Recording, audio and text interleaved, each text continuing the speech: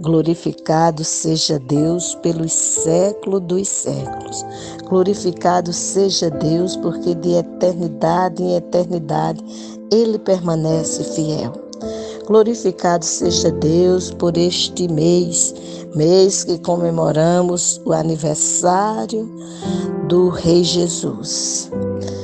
Meditando na palavra de Deus a partir da descrição profética feita pelo profeta Isaías, 700 anos antes de Jesus nascer, de acordo com a Bíblia, seja ela de estudo, seja ela uma Bíblia simples, nós temos no capítulo 9, nos versos de 1 a 7, a descrição a respeito do nascimento e o reinado do príncipe da paz. Se você tem uma Bíblia simples, você vai encontrar nesse capítulo, nos versos de 1 a 7, o título: O Nascimento e o Reino do Príncipe da Paz. Se você pegar também uma Bíblia de estudo, se for a fonográfica, você vai ter o Príncipe da Paz. Se for a Bíblia de estudo de Genebra, você vai ter o Nascimento e o Reino do Príncipe da Paz. Se for a Bíblia de estudo conselheira, você vai ter o título Príncipe da Paz. Se você for trabalhar com a Bíblia de pregação expositiva, sermões, estudos e reflexões do pastor Hernando Dias Lopes, você também vai ter o título O Nascimento e o Reino do Príncipe da Paz. Quando você olha nas Bíblias de estudo, a exemplo da Bíblia de Genebra, a Bíblia Conselheira e a Bíblia de Sermão Expositivo, você vai ter explicações a respeito desse texto lido. Entretanto, antes da gente falar qualquer coisa, nós vamos fazer a leitura do texto, que compreende esses 7 versículos e que o título está intitulado, você vai dizer uma redundância, a intitulação desse texto é O Nascimento e o Reino do Príncipe da Paz. Mas, para a terra que estava aflita, não continuará a obscuridade. Deus, nos primeiros tempos, tornou desprezível a terra de Zebulon e a terra de Naftali. Mas nos últimos tornará glorioso o caminho do mar, além do Jordão, Galiléia dos gentios.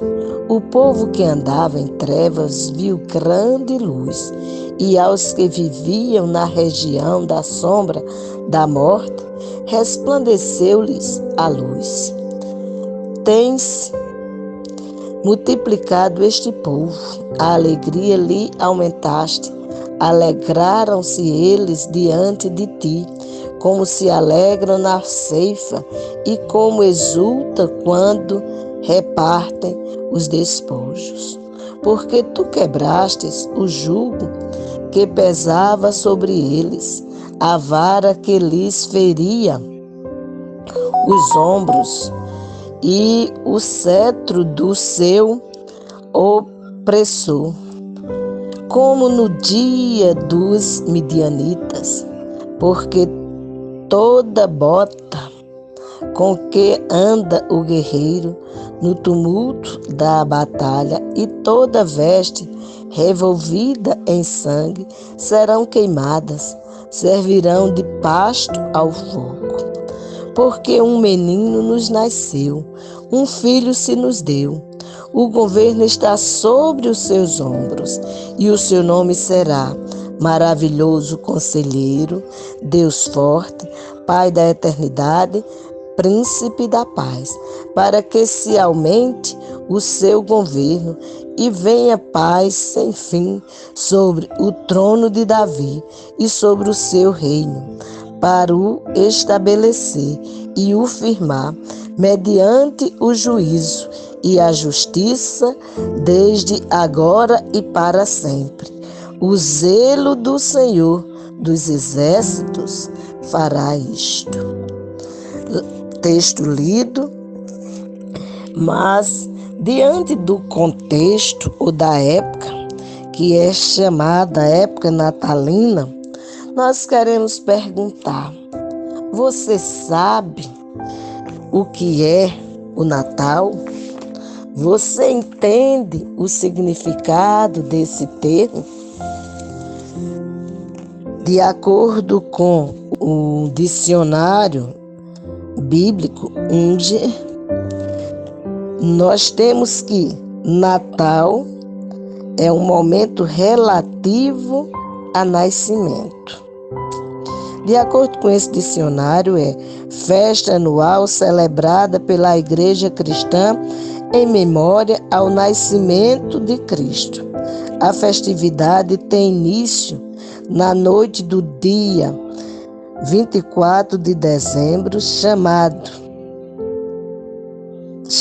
de véspera de Natal, e prossegue até a Epifania do Senhor, ou seja, 6 de janeiro, também chamado Dia de Reis, período conhecido como época de Natal, cujo dia principal é 25 de dezembro, dia de Natal. Com relação ao nascimento de Jesus, no dia 25, não há consenso entre os estudiosos da antiguidade. Clemente de Alexandria escreveu que alguns consideravam 20 de abril e outros 20 de maio. Segundo Epifânio, no Egito, acreditava-se que Jesus havia nascido no dia 6 de janeiro. Por um longo período, os gregos não celebraram nenhuma festa especial correspondente ao Natal.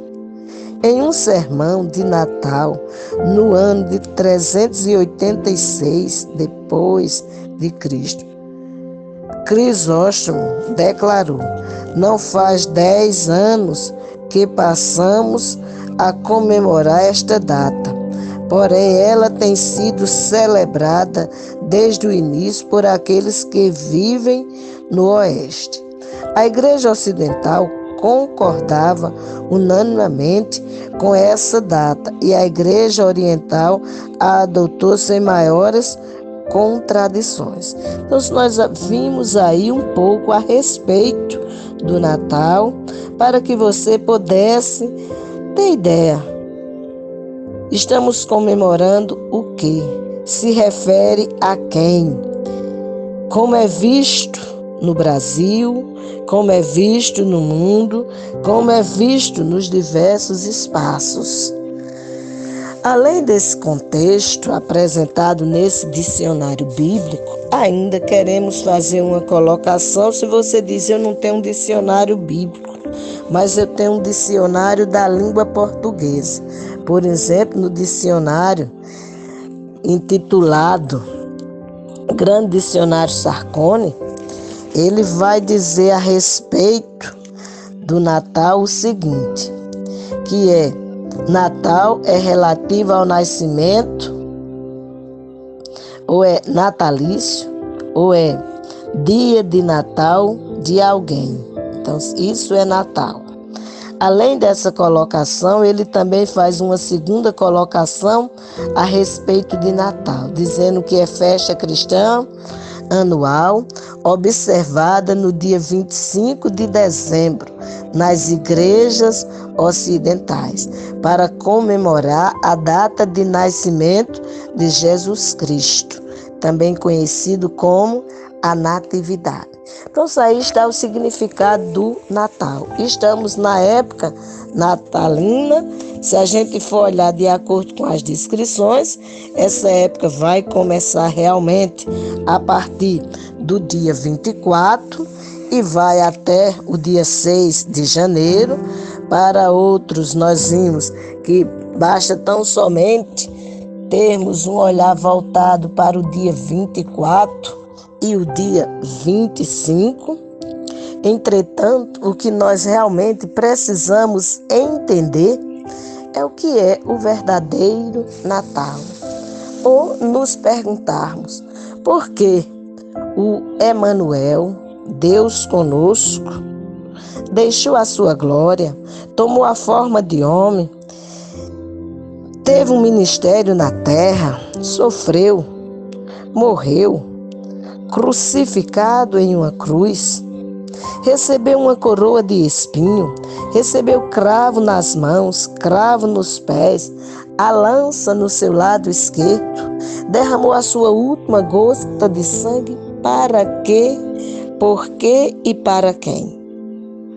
Você e eu devemos nos perguntar sobre isso, pois quando a gente olha em Gênesis capítulo 3, ali nos apresenta a queda do homem.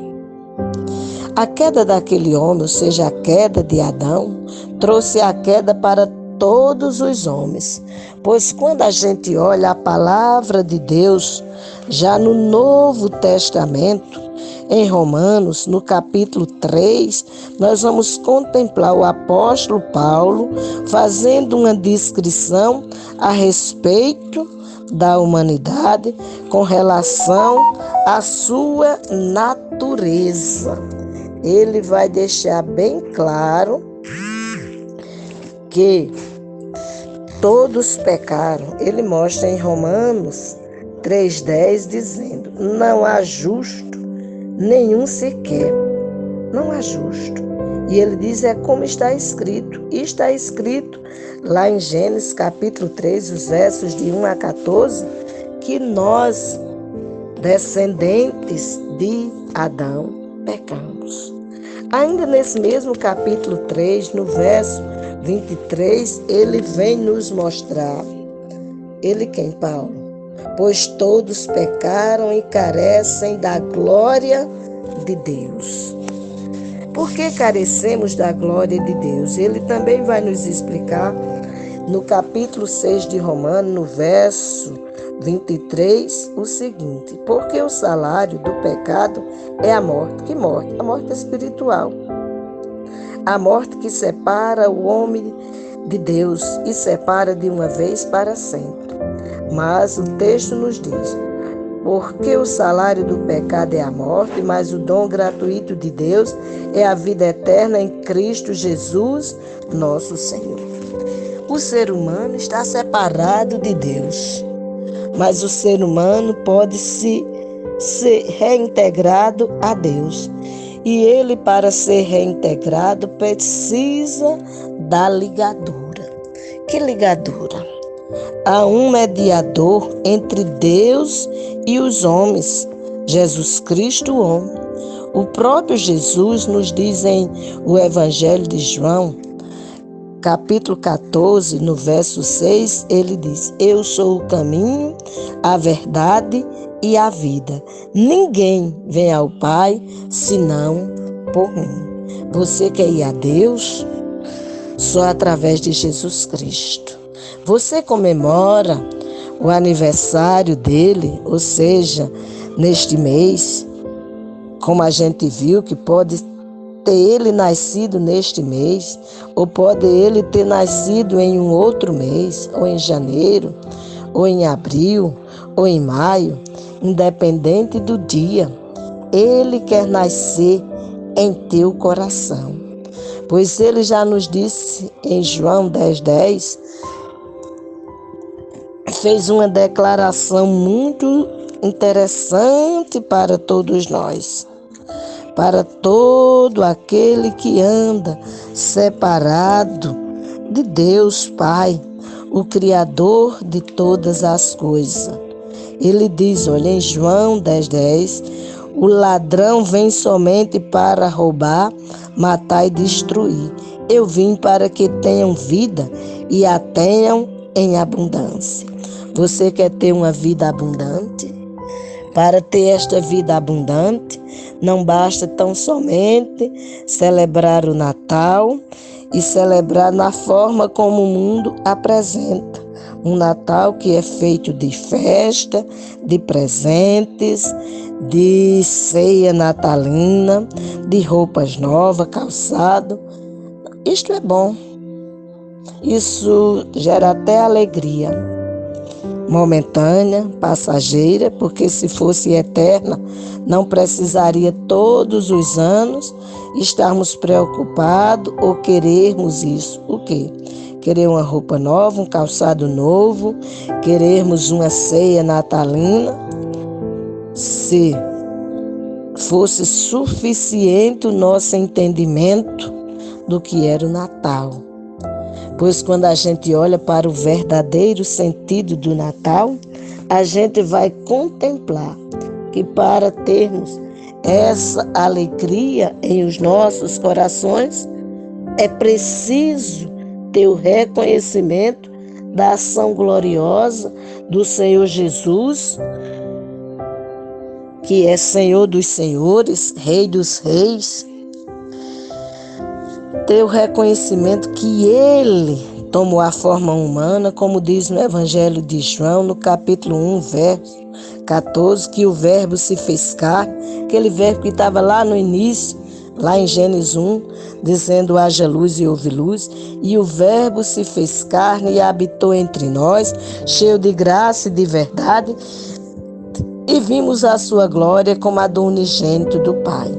E você pode estar se perguntando, por que você lê um texto que se encontra no livro do profeta Isaías, mais precisamente no capítulo 9, os versos de 1 a 7, e está falando de Natal, está falando a respeito do que as pessoas dizem, o que é o Natal.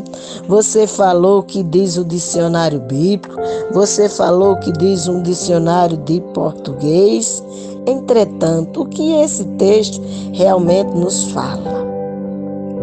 Quando a gente olha para as Bíblias de estudo, nós vamos ter explicações a respeito do texto lido.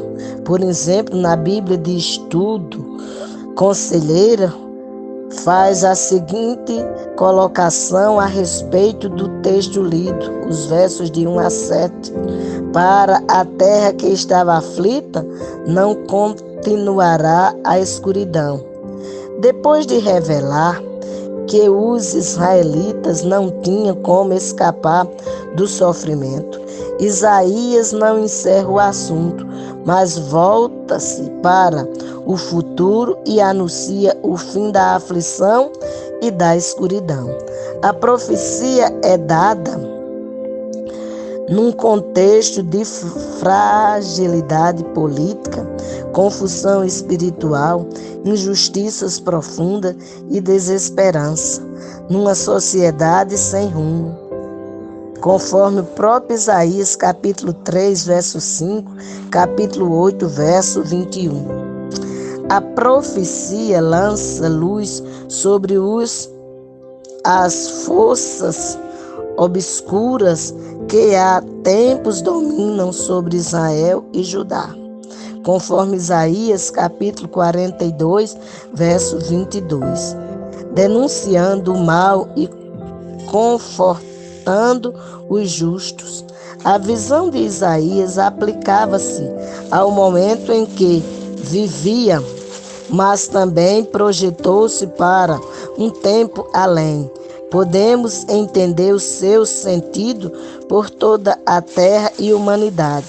Desde o início dos tempos até hoje, a maior parte da humanidade viveu sob opressão, escravidão e sofrimento, que são efeitos da maldade humana, do pecado, e desta a salvação só vem através do Messias. Nós descrevemos a respeito do Messias quando lemos os versos de 1 a 7, profecia dada 700 anos antes dele nascer. Pois, de acordo com a Bíblia de estudo, pregação expositiva, nós temos a seguinte colocação feita pelo pastor Hernandes Dias Lopes, principalmente destacando o verso 6. Diz o pastor: 700 anos antes de Jesus nascer, o profeta Isaías anunciou sua chegada, destacando a grandeza de seu reinado e a excelência de seu nome. Aquele menino enfaixado em panos e colocado numa manjedoura é o mesmo que criou o universo e tem o leme da história em suas mãos. Seu poder é incomparável. Na profecia em tela, ou seja, em Isaías 9:6, nós vamos ter a seguinte descrição. Isaías aponta para Jesus, o Messias, aquele que desceu do céu, morreu na cruz, ressuscitou gloriosamente, foi exaltado à destra de Deus Pai e tem todo o poder nos céus e na terra. Ele está no trono e governa as nações. Ele tem as rédeas da história em suas mãos e conduz os destinos da nossa vida. Seu nome é exaltado acima de todo nome. Isaías apresenta 4 atributos ligados ao Messias. O primeiro atributo, que se encontra no capítulo 9, no verso 6, é que ele é maravilhoso conselheiro. Ele detém todo o conhecimento e toda a sabedoria. Seus ensinos são fontes de vida. Ele nos guia com seu conselho eterno. Oferece-nos vida abundante e nos recebe na glória. Nós citamos em Romanos que não há um justo nenhum sequer, mas se quisermos estar na presença de Deus, só através do mediador, que está mediando entre Deus e os homens, Jesus Cristo, o homem, o maravilhoso conselheiro. Além de maravilhoso conselheiro, o profeta Isaías destacou o segundo atributo, que é Deus forte. Ele é onipotente. Para ele não tem coisa alguma demasiadamente difícil. Ele pode tudo quanto quer. Para ele não há impossíveis. Ele salva o perdido, liberta o cativo, cura o enfermo, consola o triste, levanta o abatido e faz todas as coisas conforme o conselho de sua vontade e para o louvor de sua glória. Já o terceiro atributo é que ele é Pai da eternidade. Ele não foi criado, é o Criador. Ele não passou a existir, é o Pai da eternidade. Ele não foi causado, mas é a causa de todas as coisas. Só Ele é eterno. Sua existência precede o tempo. Nos recônditos da eternidade, ele já desfrutava de plena comunhão com o Pai. E o último atributo apresentado por Isaías no capítulo 9, no verso 6, é que ele é o príncipe da paz. Ele veio para fazer a paz com o sangue da sua cruz. Só por meio dele o mundo pode conhecer a verdadeira paz. Ele quitou nossa dívida, morreu pelos nossos pecados e sua justiça nos foi imputada. Ele é o mediador, intercessor, advogado, sumo sacerdote, aquele que nos reconcilia com Deus e nos dá paz com Deus e a paz de Deus. Espero que você tenha entendido o que são os atributos do Messias. Veja que é um texto que, se nós olharmos para hoje, 4 de dezembro de 2022, é um texto que tem 2.724 anos. mas é um texto que continua vivo, chamando a atenção, a minha e a sua. Aí você poderia dizer o contrário. E eu lhe faço a pergunta: você já entregou sua vida a Ele? Aí se você disser a quem?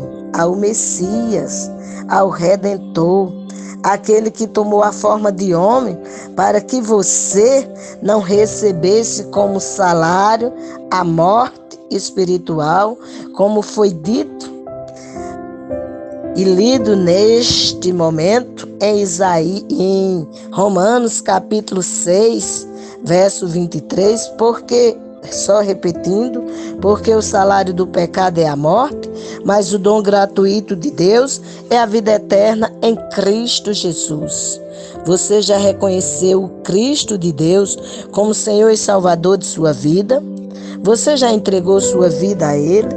Se você ainda não fez isso, Deus, pela sua eterna misericórdia, está te dando essa oportunidade hoje.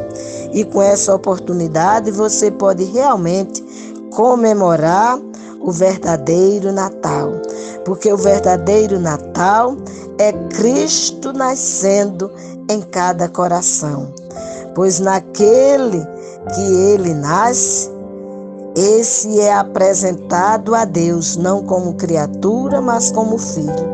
Pois nos diz no Evangelho de João, no capítulo 1, nos versos 11 e 12, que ele, Jesus, veio para o que era seu. Quem eram os seus? Israel. Veio para o que era seu, e os seus não receberam. Mas a todos quanto o receberam, deu-lhes o poder de serem feitos filhos de Deus. Se você quer ser filho de Deus, reconheça Jesus como o enviado de Deus, o homem que tomou sobre si as nossas dores e enfermidade, desta feita como Cristo, aquele que satisfaz a verdadeira vontade de Deus. E lá na cruz, ele crucificou os pecados de todo aquele que nele crê. E que diz o próprio Isaías no capítulo 59, que o que nos separa de Deus são os nossos pecados. Mas em Cristo nos justifica porque ele pagou o preço na cruz de tomar sobre si as nossas dores e enfermidade.